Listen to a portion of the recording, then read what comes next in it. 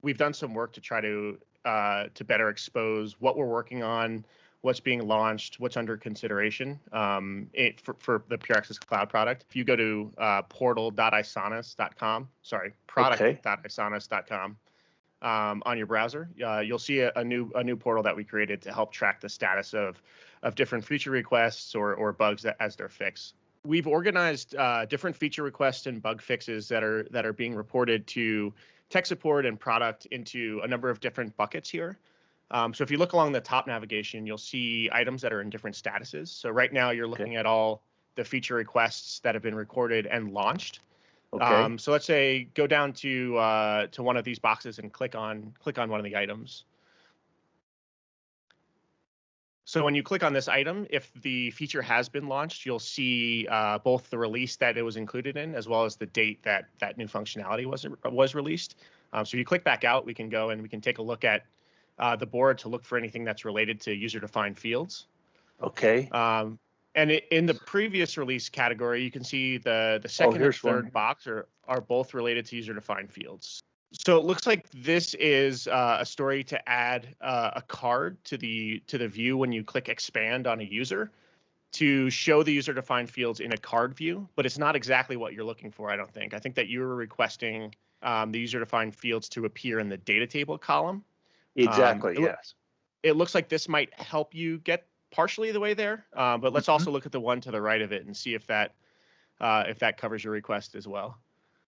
Okay. So it looks like this one is covering the being able to search for a user-defined field in the search box on the top left of the user table. So that would let you go and find a specific user-defined field value that's attached to a user record. But again, it doesn't look like that's. So let's close out and we can maybe click through the other statuses and see if there's anything there that might cover it. So in progress, maybe? Yep. So the in progress items are items that have been included into our next development sprint. So Pure Access does our best to release software every 2 weeks. So we work on 2-week what we call sprints. And anything that we know or have a high confidence level is going to be included in the next release that's going to happen 2 weeks from the previous release is going to make it onto this board. So it doesn't look like anything that you're requesting is in the in progress status. So maybe let's go and check planned and see if there's anything there. So let's click into that and take a look. I've tried to add some additional clarity here that there's some additional work that development needs to do to allow people to customize the columns that show up in the user data table before we implement this feature. And if someone has 10 user-defined fields configured and they're using Pure Access on a smaller screen, if they have no way to pick which of those user-defined fields they're showing on their data table is going to get too crowded and they're not going to be able to read anything. So it's going to become less useful. So it looks like there's some additional work that needs to happen to allow us to pick which user-defined fields show up and have that persist in between different user sessions that need to happen. But at least we know that this is a planned feature. So it's been identified as something that we know that the Pure Access development team knows that we should do. But what you can do, John, is you can go to the bottom and pick how important this feature is to you. So it's a good way to signal, to essentially vote to say, hey, I think that this is a great feature as well. It should be prioritized highly in my eyes. So how important would this feature be to you, to your kind of your use cases of Pure Access? Any context that you have around how you plan to use this feature, and then maybe just to add some context of why that feature is important to you based on your workflow, like you did here. I have 3 tenants that rely on this to do certain things. If you toss your email address in and click submit, what that'll do is it'll sign you up for essentially any updates. So if I go in and make an update to the status of the item, you will get an email updating you on the status of that item as it progresses through development. And then anytime that you do make an additional comment, that email will be tied to it. if you do see something that, maybe there's an idea that's not on the list at all. So on the top right, there's a little button that says submit an idea. And this is a great spot to submit new feature requests. So this can be used in place of feedback@isonas.com. If you prefer to use the product portal, anything that goes to feedback.isonas.com will be evaluated and potentially added to this board as well. But same thing here. You can describe the feature idea that you have, select its importance to you, and if you attach that email address, you'll also get updates on those new feature ideas as they move through the board as well. Hey, is there a chance that we could look at my tenant and look to see if that, kind of just to show how that feature has been implemented? I noticed that it was implemented in the card view. So I could go to my tenant and look at my list of users, couldn't I? Yep. So we go to my users and click on this tenant. So it looks like this particular user doesn't have any user-defined fields associated with them, but you can see that user-defined field card. And this is where the information would show up then. Yeah. So if you go in to edit, let's say we go in and edit one of these users.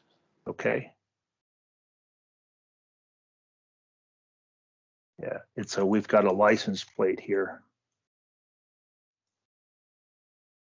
Oh, there it is. And then it just shows up. Whatever data you've put in any of the user-defined fields does show up now, right? Yep. And then we can even go to that search bar on the top left of the screen. Okay. And maybe we search for the last 4 digits, so 6725. Yeah. That user is then shown in the data table. Well, thanks a bunch, Joe. I think that that's a great idea. Let's go back to this idea here. Let's just click out of that. Since you're on this 2-week sprint kind of schedule, then we would expect to see new things maybe, or things entered here in this launched every 2 weeks. I try to go through any ideas that are submitted once or twice a week, just to kind of evaluate new ideas in bunches and make sure that we have them prepared for prioritization discussions that we do with our engineering team. So you'll likely see items in the under consideration and planned tabs be updated during the week. And then things that are going to be updated as in process and launched might be updated once every other week on our normal sprint cadence as we move things into the bucket of work that we're doing in the next 2 weeks, and then release that work after it's done and passes QA. I think that this might help people to really understand and get a feel for the magnitude of what's going on, the amount of work that's being done, and for them to actually weigh in on it and to be kind of helping to guide, the necessary developments that they need to support their various tenants. And we definitely rely on the users of Pure Access to guide our development path. But we always try to deliver some amount of functionality to our users with every sprint, in addition to all of the other work that's needed to be done to keep Pure Access stable and fast and reliable. Hey, Joe, thanks a bunch for helping me with the product portal page. I wanted to bring up an event that people have talked about, and that is this thing that comes up to a transaction log that says declined card not found. Can you give me some help on what to do when I get that? Yeah, definitely.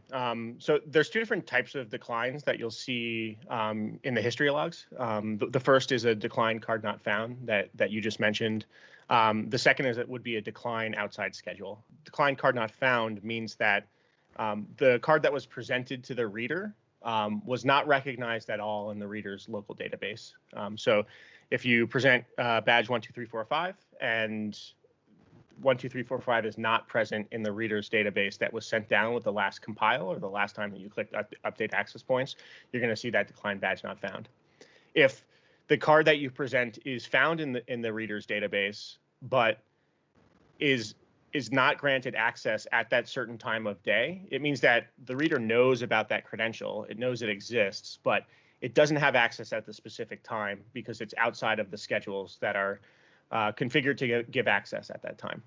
There were some changes made in 4.0 to make this process a little bit more seamless for users of Pure Access. So we have some user analytics where we can see what people are doing in the application. And one of the patterns that we saw pretty frequently is someone might sit down to add 20 new users to their application. They're onboarding people, or they have a new batch of interns that are showing up to the office. And what we saw was people felt the need to compile after creating every user, where they really needed to create those 20 users and compile at the end. So we took that information, and what we've done is, if you're just adding a single user's credential and you're not modifying any of the schedules or the rules that are associated with that credential, we will automatically send that credential down to the appropriate devices as configured in the rules. So if you're creating a single credential and not touching any of the rules, you don't actually need to compile after you create that. And you won't break anything or hurt anything by clicking the compile button, but we've removed that as a step that you need to take. Now, if you do go in and let's say you're importing a list of 100 users via CSV from our import users feature, or you're using the API potentially to batch import a lot of users, that is something where you'll need to compile. Or if you're making changes to say that John used to be able to get in at 5 p.m., but he's shifting his hours a little bit later, so we're going to have him work until 8 for the next few weeks, that change needs to be compiled down to the reader, because we're changing the time schedules or the configuration of the rule that you have access to. I think that's what people get confused about. They think, well, this is a database, so I have to remember to save often. But if you're analyzing the workflow, understanding what people are doing, it will help them in their workflow. It will help them to get through the job a little bit more quickly, won't it?